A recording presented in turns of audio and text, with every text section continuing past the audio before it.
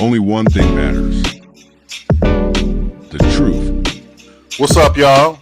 Welcome to the Trent the Truth Show.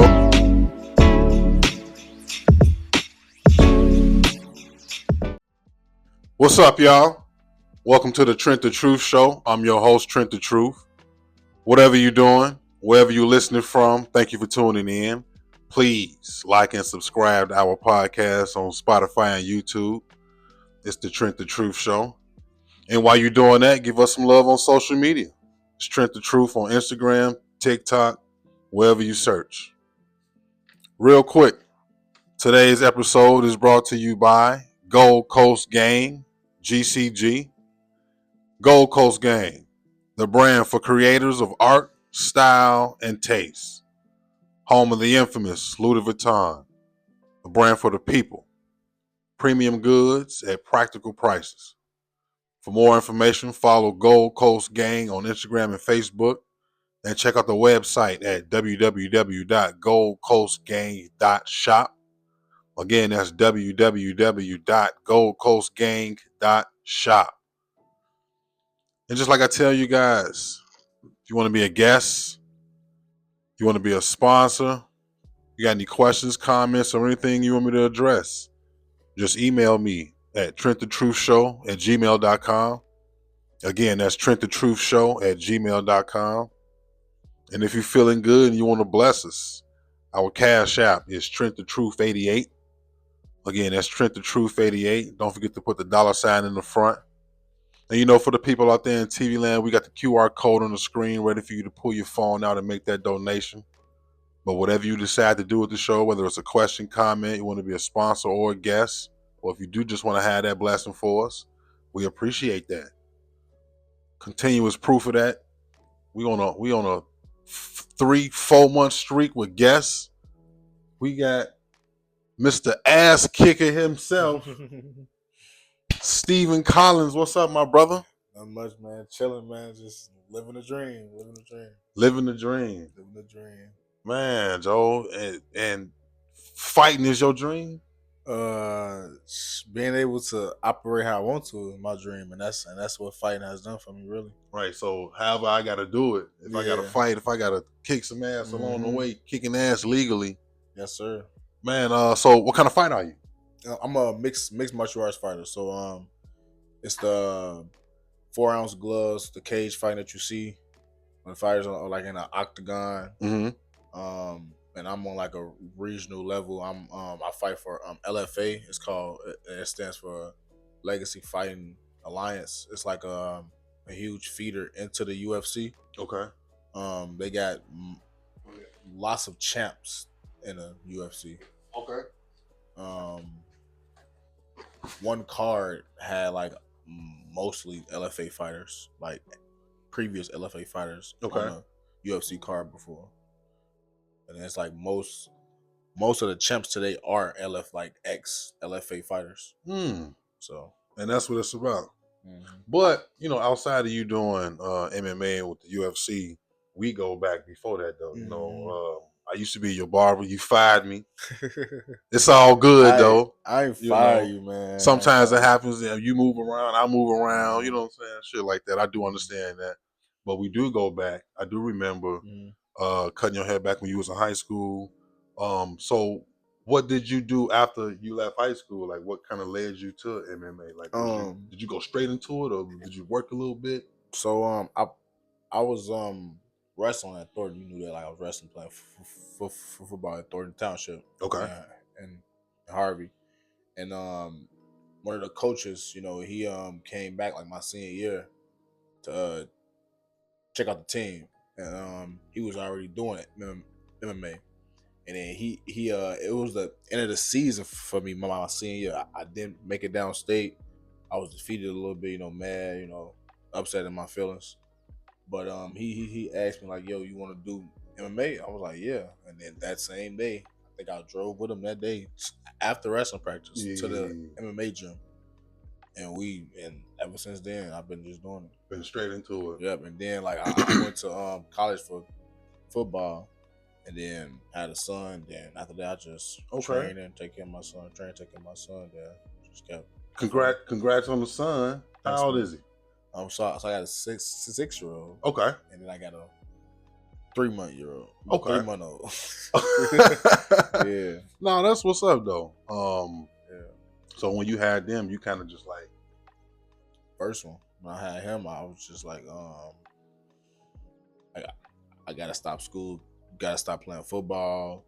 I started to do school online, and I just fell in love with fighting. I just kept on training. Like that was my outlet outside of being a father, working, helping my moms out at home. You know what I'm saying? So like being a dad to my brothers. You know what I'm saying? So fighting, I just kept doing it until one day I had my family at Bourbon Street on 115th watching me fight in the cage. wow.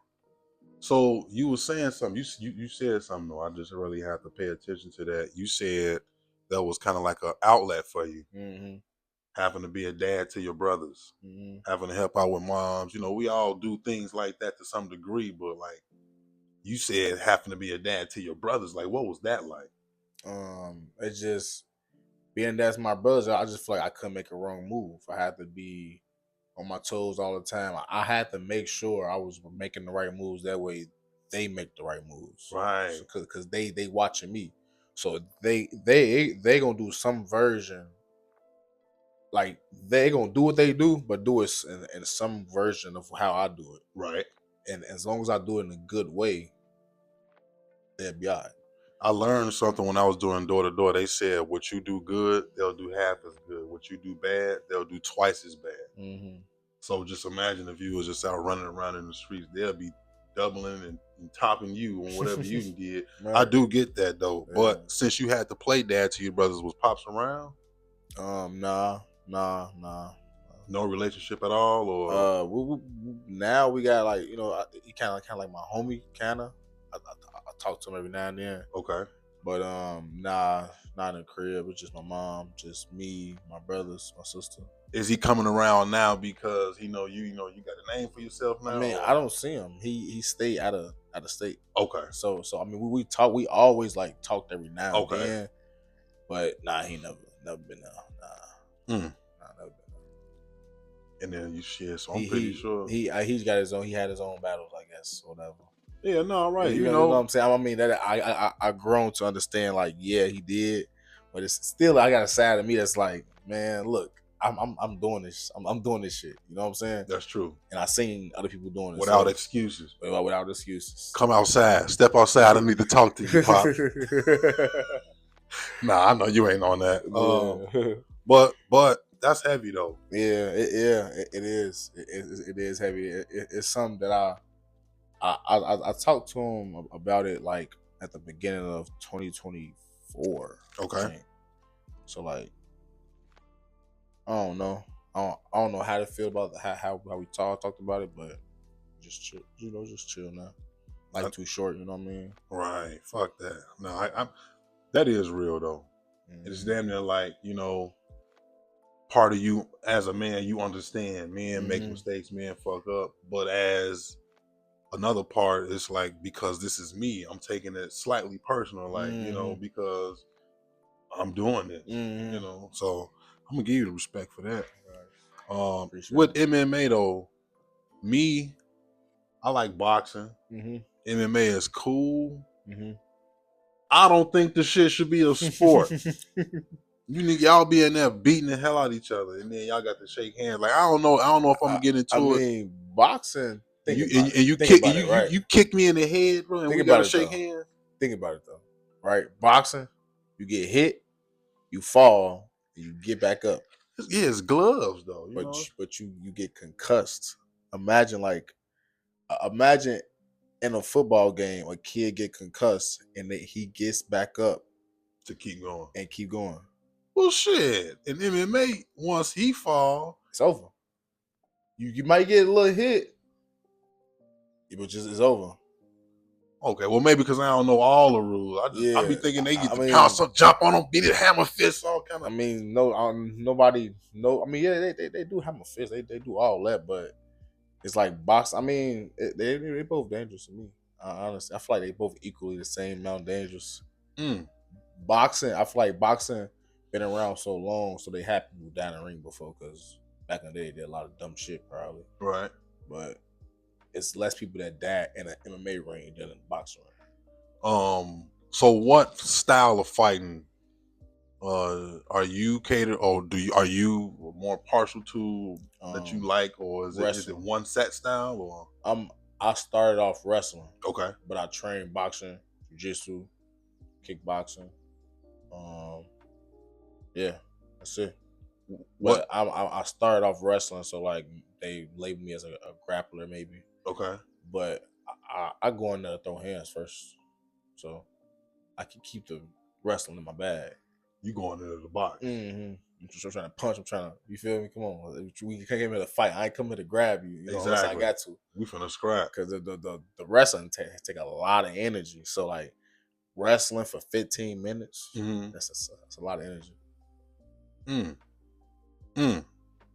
So even with when I watch it though, the little bit that I do watch, I can't help but think about the entertainment parts of it. Like, you know what I'm saying? The money making side, the side that they want to make sure the fan is entertained for. What parts of the UFC or MMA is entertainment, and what part of it is just like straight real? I know the fights be real. Yeah, everything real. Like everything in the ring is real. But like you know, like you be seeing them at the press conferences. Right, that's what I want to. How they be, you know, that'd be the sale of fights. Because back in the day, they had a moment where it was boring. They had boring fighters, and fighters started selling themselves, started to do certain things, pick certain personas or certain paths, being a bad guy, good guy, you know, stuff like that. But yeah, you know, but you know, it's still fighting. Like boxers do it now too. Like, well, I feel like boxers always talk shit. I feel like Floyd started that, but like now people trying to up their stock, so like people go watch their fights, and everybody can be excited. If it's a whole room of people in a press conference room talking shit to each other, now everybody excited for the whole card. Right. So it'll do nothing but make it better for the whole thing anyway.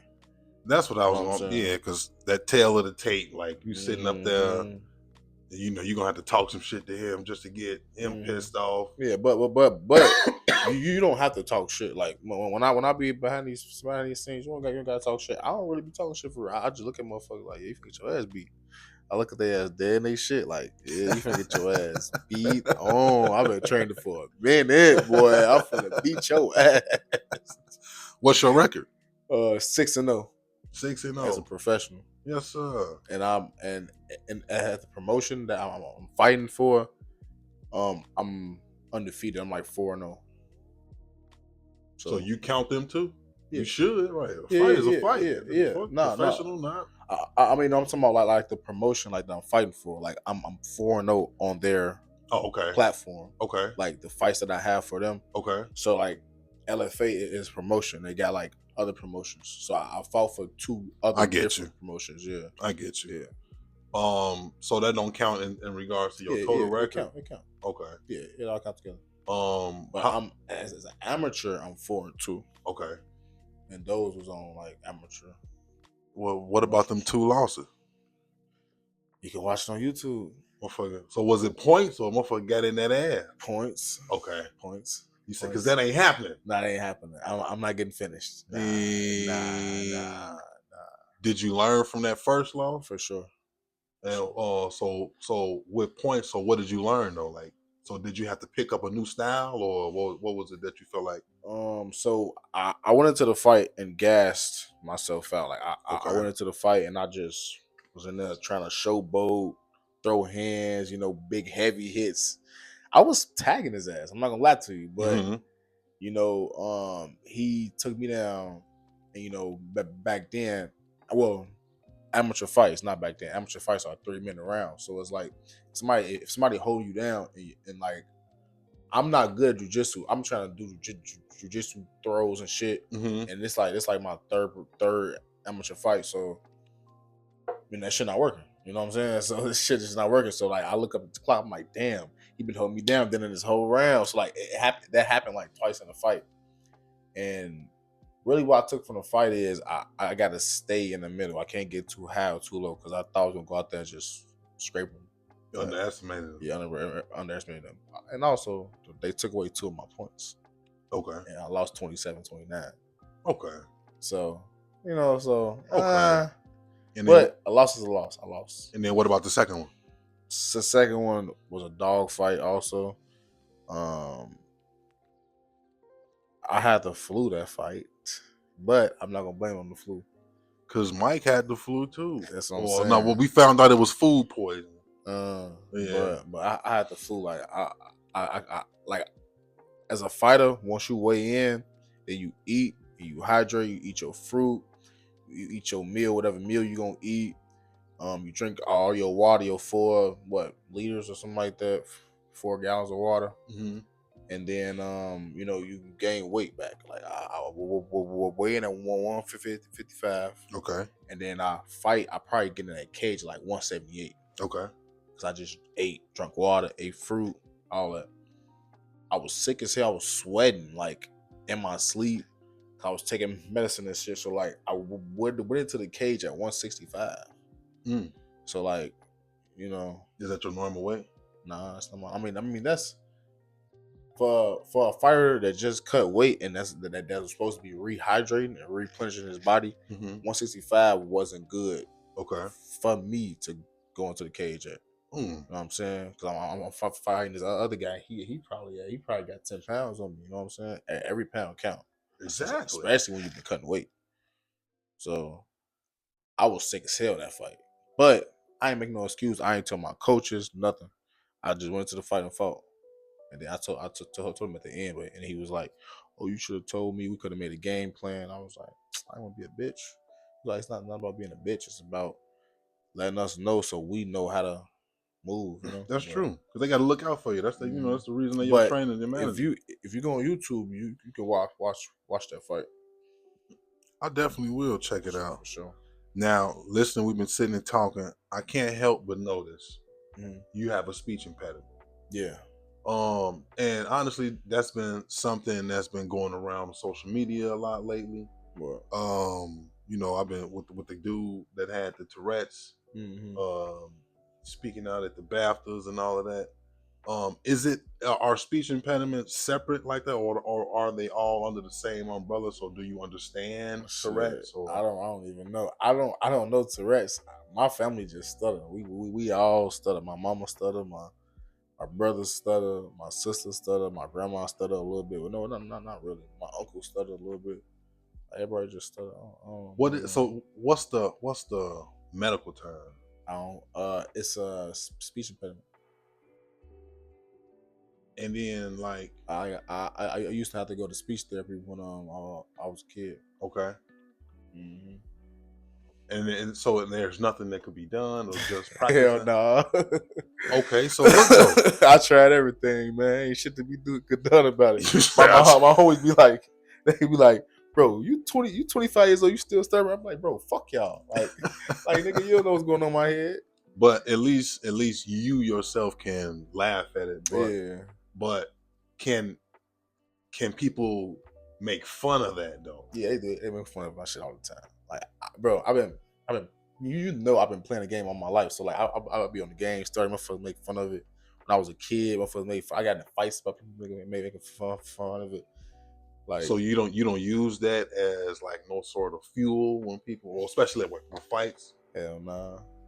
Do they know that about you and they try to use that against you? Not really. They don't unless they talk to me one-on-one, but they don't really know that I stutter for real. Okay. Cause like even when I do like interviews for them, I don't even stutter. I just, maybe they notice it, maybe they don't. But right, because that's what I noticed. So is it something that makes you stutter? Because like I said, you were going on the street, you got hella videos, 2-3 minute videos where you can go just straight, like a lot of your instructional videos about how to wrap your hand, about how to block, how to, you know what I'm saying? When I'm concentrated, when I'm concentrated and focused and doing something, I can do it. Cause like back in school, in speech class, everybody thought I was gonna fuck up because I stutter this and that. I went up to the speech class, had the best speech. And my teacher was like clapping his hands in the back, like, "Oh my god, that was great." well, what the fuck? That was so natural because like when I do my videos, I just be natural and I talk real smooth and slow, just like this. Right. I use my hands and I think about what I'm gonna say, And that helps. and it helps. And I mean, I know how to control it, and then it's like I got the mode when I'm just lax, I'm just talking, and I'm just getting it out, I'm just rambling, talking like this, you know what I'm saying? But then I could just focus, talk about, you know, how are you doing today? I'm doing great. My name is Steven.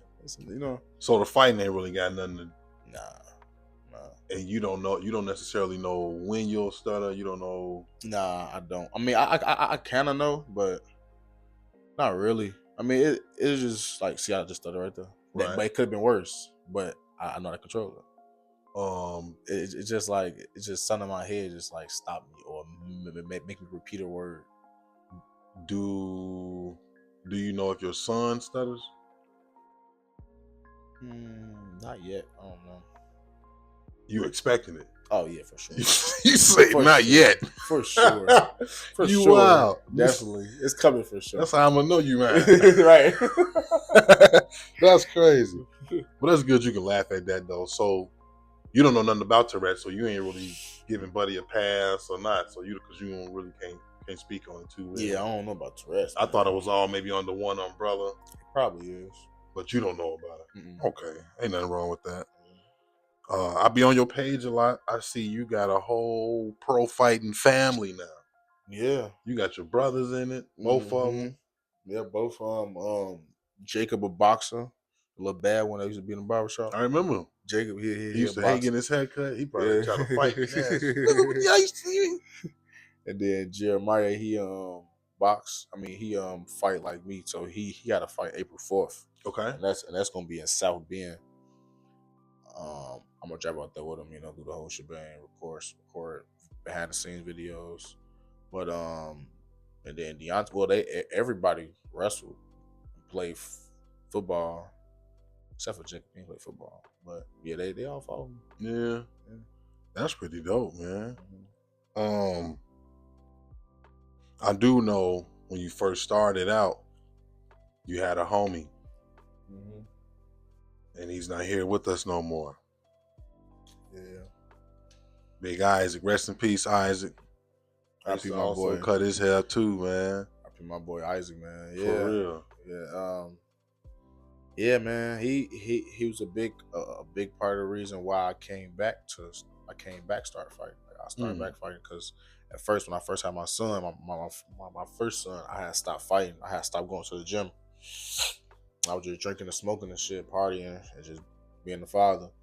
And then, you know, one day, his brother and Bo Samanego. I met Bo. You know, I used to. Yeah, they was in the gym, like arguing about like who better, like Steve or Isaac. And then that's when Bo called him like Steve. Come to practice, type shit. And then so I came to practice that day. I think it was on a weekend or something, like a Sunday. And I came, we sparred, and bro, I was off the couch giving him go, and Isaac was like undefeated. You know what I'm saying? So like. And then he was a pro that was undefeated too. Right. So I was giving him go. So like ever since that moment, I just stayed in the gym grinding. So like when he passed, it just made all of us just go 10 times harder, man. It's crazy because if he was here, he would have been in the UFC. I'm already knowing. Like niggas didn't want to fight him. Nah, bro. Like niggas did not want to fight him. They ain't want that smoke. They didn't want to fight him, bro. They didn't want to fight him. They ain't want that smoke. I definitely remember Isaac, man. And it's important to keep all our fallen homies' names alive. Like, you know what I'm saying? Yeah, I wanted to make sure I talked to you about that. At our gym, every time somebody win, we take a Henny shot for Isaac because he loves Henny man. Henny man, yeah, he loved Henny. So we take a shot for him. That's how we keep his name alive. That's dope, man. Do you still keep in contact with his parents or anybody? Or yeah, his brother Calvin. Okay. And then I seen I think I seen their dad and mom somewhere. But yeah, you know. How long has it been since he passed? He passed like 2020, something like that, right? 2021 or like 2022 maybe. I think. Okay. I think so. Not too long ago though. Probably like 3-4 years ago. Mm. 3 years ago, yeah. Yeah, man. It's crazy to think about it. Like, yes, it was. But like, you miss him so much that it's like it'll mad make you think like it was only a year ago or something. Because it feel like just yesterday I was just talking to the motherfucker. You know what I mean? Wow. Yeah, What that do for you on the mental side, though? man. Got hella motherfuckers that died. That I know. It's just add like it's crazy. It just add to the you know what I'm saying like that's tight. That shit, man. You get heavy. So how do you deal with it, though? Do you pin it all up and wait for your next opponent? Maybe, maybe I do. Maybe I do. Maybe I do. That might be a reason why these niggas don't be winning. They don't be wanting to fight you. They know that's probably the reason why I do be going crazy because I just when I go into the ring though I do be like I go in there with Isaac with me. You know what I'm saying? Like, cause he wanted to do this, so I go in there with him with his spirit type. You know what I'm saying? Right. How long before you get to UFC? They got to contact you, or are you ready? Like they can contact you at any moment, type of thing, or I don't know. I'm just focused on the contract I got now, okay. and whenever it come, it come. So how does that go You know? though? The UFC is the same way as LFA, pretty much, right? Well, it's not the same thing. Well, it's like the person that own LFA. He's like a matchmaker for the UFC. Okay. So that's that bridge. So Okay. it's like it's eyes on me already. The question about when everybody want to know when. I don't know. Soon. I hope. And shit, you will take anybody. Who to you is number one in the UFC right now? Our number one. Probably that guy Elliot Taporia. Okay. Have you heard of him? He that Spanish guy with the beard, tattoos and shit. Not too familiar, but I wanted to get it from. I do remember the last one. I do remember, and I don't even know if he's still fighting. Was John Bones Jones? He's still fighting. He's still fighting. He's still number one. He's still number one. Okay, we'll see. He my number one fighter for all time. Okay, because Him, him George St. Pierre. Get the moving around. Who else? Anderson Silva. It's cold. I remember But that. yeah, John Jones still number one. He ain't fought in a minute though, so they but he's not retired or nothing. No, he's not retired. They took his belt though because he ain't fight. Okay. But when you get in, shit, I'll fight anybody. I get in there. I'ma just take whoever they give me. Right. Take whoever they give me. Tell you that's part. I keep doing that because my goal is longevity. You know what I'm saying? So I don't like if I get to the top real quick, yeah, then I'll do that. Get to the top real quick, get the belt, defend it. But I want to get seasoned in the UFC. So then when I get to the top of the UFC, I know what to do. That's what's up. Is it respect between the fighters, or is it like a real built up hatred? It's always respect. Okay. We talk shit. We talk a whole lot of shit. Like we talk a whole lot of shit. But after the fight, it's always respect. Yeah. We'll probably have a beer together. Okay. I just want this one fighter. I have fought him at LFA too. Okay. Me and him had a great fucking fight. Like we both on the same card. His name Kelton Sneeve. We both on the same card that I'm about to fight on in April. Me and him had a great fight. Me and him smoked, had a beer together. That's what's up. Yeah, so it's always respect.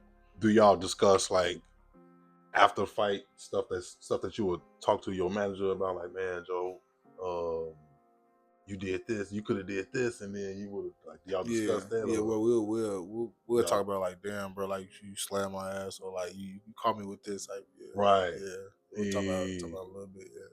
So it's like a real, like you say, a real respect. Yeah. For the craft and just real respect for the craft, and unless things got disrespectful or somebody is real butthurt, Cause the dude I slammed, his ass, his dad was mad at a motherfucker. Yeah. His dad was staring at me. I looked at his dad like well, like I slam your ass too, dad. Your old ass boy. Like you better step back. That was definitely next. I was going to ask you about that. So, damn, what fight was that where you power bombed the motherfucker? And that went viral. I think that was when I went 4-0, 4-0 or 5-0. Okay. But that was in Kentucky, I think. Louisville, Kentucky, yeah.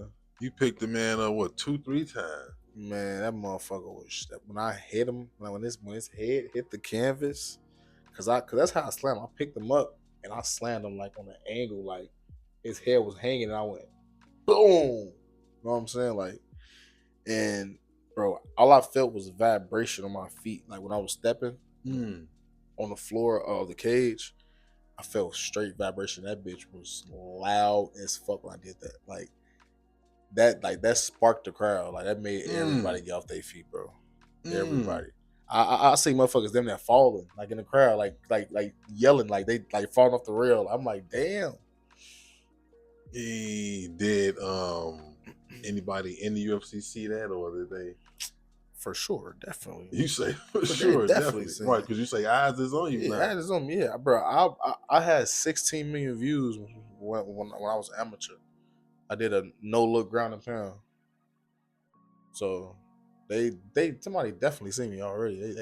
They know who I am. They know I'm coming for sure. For sure. Yes, sir. Yes, sir.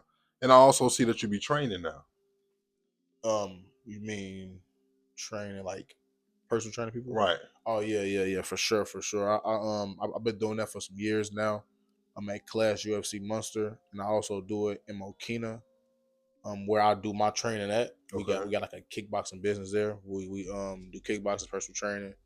We do jujitsu 1-on-1s. If you want to learn wrestling, whatever you want to learn, we'll teach you it. Right. So yeah, man, just out here making money with the knowledge I got. What's your goals for the year and going forward? To my goal this year is to go like 8-0, 9-0. Buy a house. Make my money. Right. And just live happy and blessed, man. You know, I got this baby. Really, my focus is on the baby.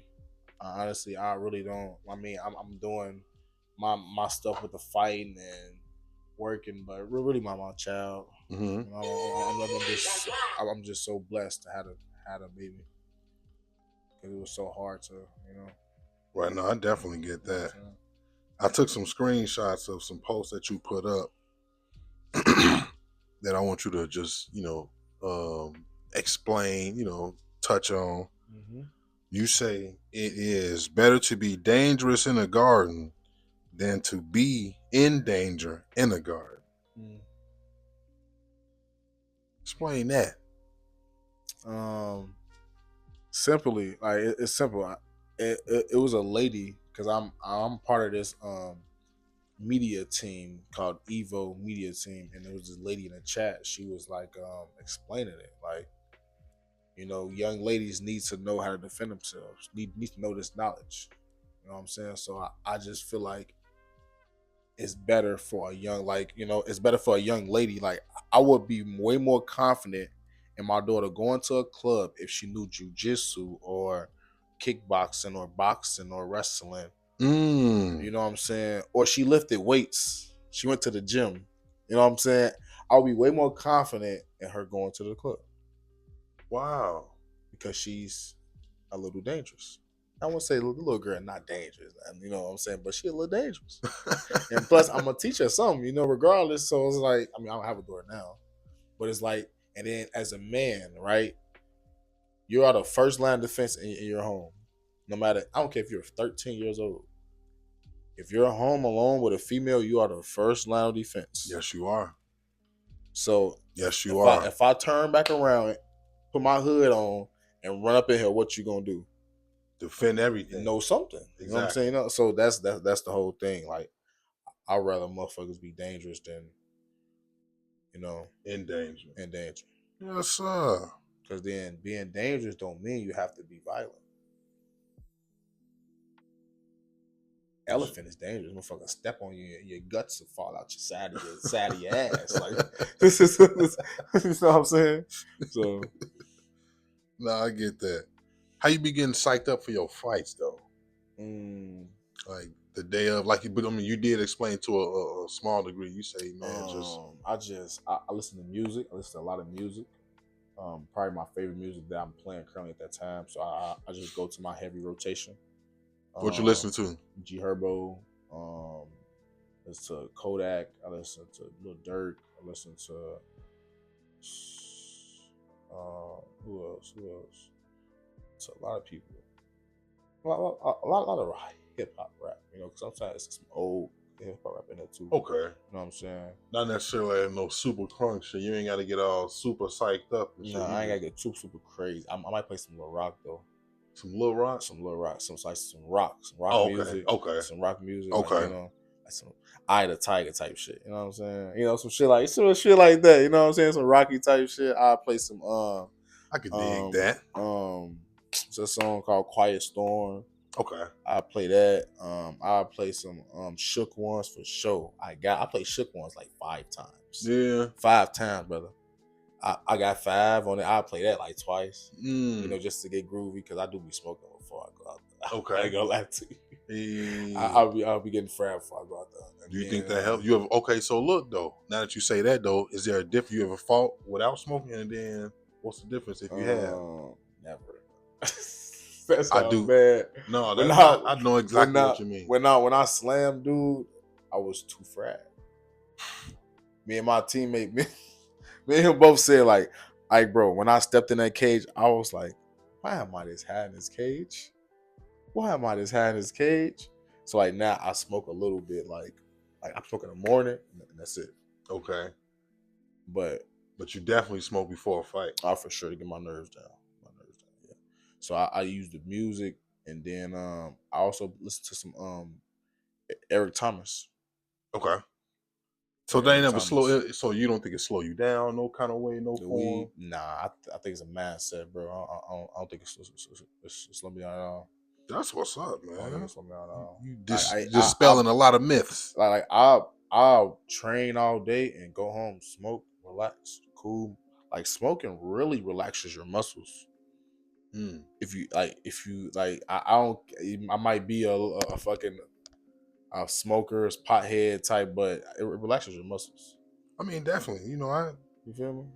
Do a little bit. Smoking definitely relaxes your muscles. I smoke the tweed, but you know, don't you sit back and be relaxed? What? That's what I'm saying. So what? I needed to after I'm just got done boxing, fucking working, carrying a baby. You know what I'm saying? Then going to practice, then come back home, cleaning. You know.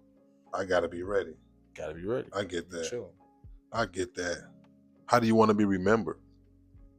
I want to be remembered as a guy that did everything he said he was gonna do, and stayed true to who he was. Because really, I don't want to lose myself in this stuff. I know that I'm gonna achieve all my goals and do everything that I say I'm gonna do. Yeah. Just stay myself, stay true to myself. That's what's up, man. And I want to leave my kids stuff, you know. I want to be remembered as that person that left his family straight, you know. And shit, that's the way you finna do it. Yep. And that's the only way to do it, is to leave some motherfucking money. That's the only way. I don't care what you say. The only way to stay remembered is to leave something. Leave something. Take the money.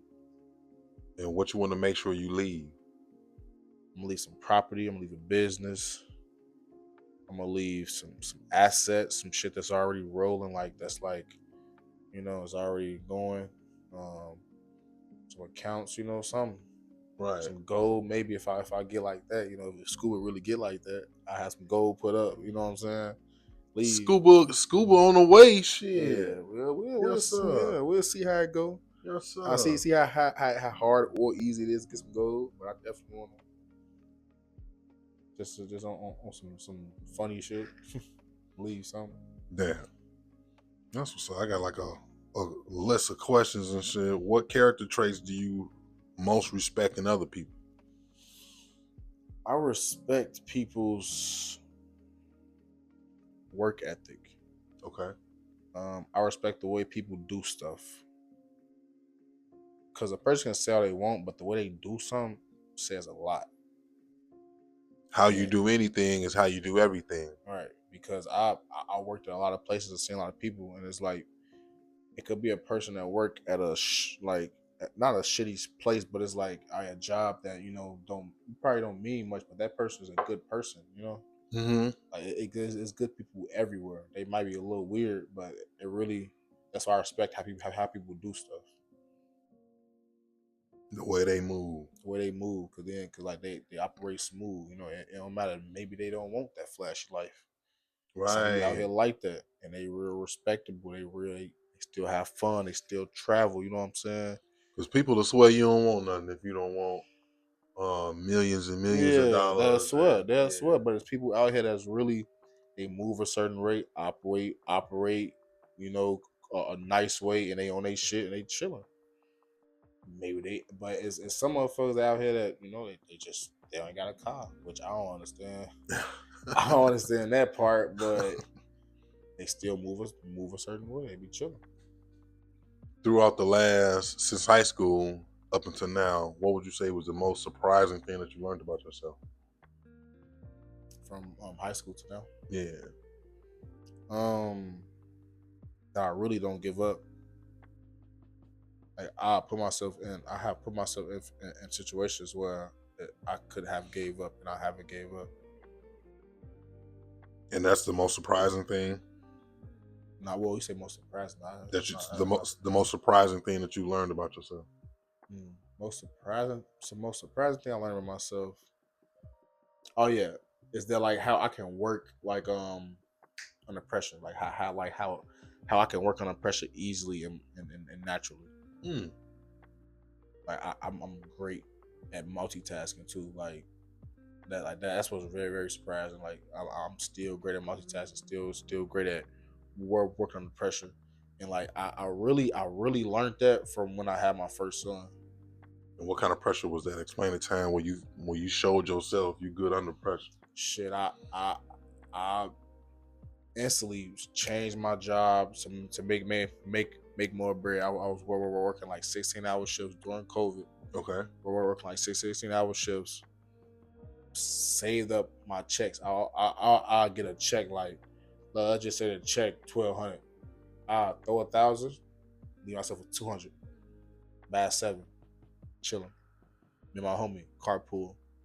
I'll pick him up one day. He'll pick me up one day. We both saving for a car. Right. You know, you know what I'm saying. So, like, I forgot the question. But you was talking about we was talking about the most surprising thing that you learned about yourself, and you were saying we're under pressure. So like I had my son. I saved up for my first car like quick as hell, like super quick. And then from that point on, I knew like I could do whatever the fuck I want to, whatever I put my mind to, I can do because I put my mind to it and I got it. So like now I gotta put my mind to take care of my son. Right. And then I did it. And then look though, everything that you was just explaining is just all of a pure grind though. Like how important is that grind, and does it help you with what you're doing, or is it just? If you don't mind the grind, everything's easy. Like days you wake up or I wake up and I don't like I'm just flowing through it. Like it's easy. Mm-hmm. Like the grind is the journey. Like if you really think about it, the grind is the journey. Right. Like, it's things that happen during the grind that's gonna make you appreciate the end goal. Like the grind is the journey. Like if you cut the grind out and give a motherfucker a SRT, like these kids be doing stealing cars and shit, that motherfucker gonna be wrecked in like a month. They're not gonna appreciate it at all. A motherfucker that works for his shit, you gonna take care of it. Take care of his shit. You gonna see him at the car wash with his shit. You gonna see him at the cop, maybe a cop meet. you're gonna see him taking this girl out with his shit. You know what I'm saying? You know what I'm saying? So it's like that's the grind makes you appreciate the end goal. Right. And So, not even just cars, like shit, whatever you worked hard whatever you for. work hard for. Because you worked for it, it's gonna feel a lot better. A car just real easy to say. Right. Yeah. What's your biggest fear? My biggest fear probably gonna sound a little crazy, but I ain't scared of nothing. None. Right, because God, you've I fear God. been grown. Right. I fear God, yeah. Been Or- grown for a minute, Exactly. but I fear God. That's it. For real. Or maybe you just thinking in terms of just another person. Like something gotta be. I mean, yeah, I fear my brothers failing. I fear one of them going to jail. Right.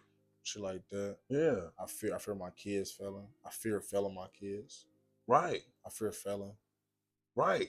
Yeah, let's pull that out. Yeah. Of course we know you, man. You nigga, you beat a nigga ass. But I fear, these fears. Mhm. Right. So how do you help to counter those? I just make sure I'm there. Make sure whatever they need, I'm there. Make sure like they ain't got no room to say like nobody wasn't there for them. Mm-hmm. You know what I'm saying? But you know, it was moments where I felt like that. But you know how it is. Like you trying to be better for the next generation. Right. So that's how I kind of stop. I try to stay in their head. You know, stay in their head. Be a little irritating to them, but stay in their head. You know. I know exactly what you mean. Shit, you know, I be on my boys. I be on their ass. What you got 3? Yeah. And you know you got to. Yeah, and then they all like, man, that's so cold. I ain't gonna lie, they all like, you know, running around the same time. Exactly. Growing up together, little men. Man, that's cold. It'd be a challenge a lot of days. Bro, that's why I'm really trying to go to UFC so I can get my girl pregnant again. I'm not gonna lie to you because I don't want my child to be too far. Because Cameron is 5 and this baby is 2 months. And it's just like, I was just waiting to TikToking for them to be mingling. Damn. And then you know, next thing Cameron be like, I'm too big to be playing with him. Then it's like, all right, now what you do? Now what you do? But we'll see how this shit goes for real. Where do you see yourself in 5 years? 5 years. I see myself in the UFC. About to buy a second house probably. Okay. Car paid off for sure.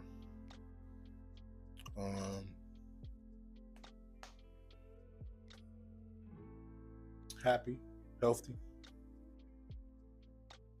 Happy, healthy. Car paid off. Second house, buying a second house. Second house. Mm-hmm. Ain't shit wrong with that. Hell yeah. What's something unique about you that we don't know? Something unique about me is that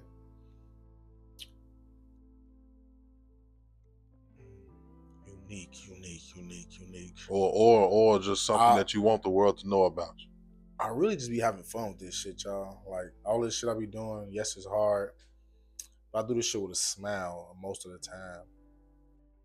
That's why people love me. People love Stephen Collins, Coach Scuba. Because I do it with a smile, I do it a certain way. And the way I do it is gonna get me to where I want to go. How important is that though? Like, is it an act or is that naturally you? Or? It's naturally me because I naturally want to put good into the world and get good back to me. Like I put good into the world to make the universe better. Okay. If the universe is better, it's gonna help me become better. Exactly. You know what I'm saying? Yes, so sir. If I smile during this PT session, make this person feel a little better about, not about themselves, but feel better, have a better mood, they have a better workout. They have a great workout. If I make sure on Tuesday these group of people have a great workout at 5 a.m. before they start their day, it's great workout, and I say the workout was great, you did great, we reinforce it, they're going to have a great day. That's true. And will keep coming back. So and now they addicted to it. So now I gotta keep changing up the workouts, keep it interesting, push them harder. But that's the beauty of it. And the way they smile back at me, that's why I do it. Feel me? So then kids like restless. When I move work from me coaching them, they smile and they look at me like Coach Scuba come up on me like, like, yo, what's up, coach? This and that. How you feeling? This and that. So like it means something. Like I made an impact. Right. So it's bigger than me, really. Everything I do is bigger than me. For real. That's dope, man. What would you change about yourself if you could change something? My height. I'll be 6'2". You know what? You know what's crazy? Honestly, you know what I thought you was gonna say? What? I thought you was gonna say you could change the stutter. Nah. The stutter is me. That's making me me. I've been accepted it. Like that's what make me me. I want to change the stutter. I ain't gonna lie to you. That's so powerful, bro, because so many people will find something that they probably can't change and use that to maybe dislike themselves or not love themselves properly. And you say, shit, that's me. Mm-hmm. So, okay, well, how come you ain't accepted the height then? Shit, that's you too, motherfucker. I have accepted it. But you say you want to change that. Hell yeah. You say, shit, I want to be sick too. Yeah, man. I didn't ask my girl before. Man, look, I be tall. I just stood on something like, babe, how I look like this. And she was like, I'm like, see, I got taller, man. Come on, man. Yeah, TDH is always in. You know what I'm saying? Tall, dark, and handsome. But that's always in. I'm tall enough, though. I'm still taller than her, though. Like, hey, man, you go pro, or you already pro. You get in UFC, get you a couple big fights, bro. You might be able to get you like a knee implant or something. Nah, I ain't trying to do all that. Yeah, it ain't that deep. Cool. It ain't that deep. If I could change it like this. Right, height. if it was like that. Height. And because I doubt you would still be able to fight once you start doing all that shit. Yeah, hell no, boy.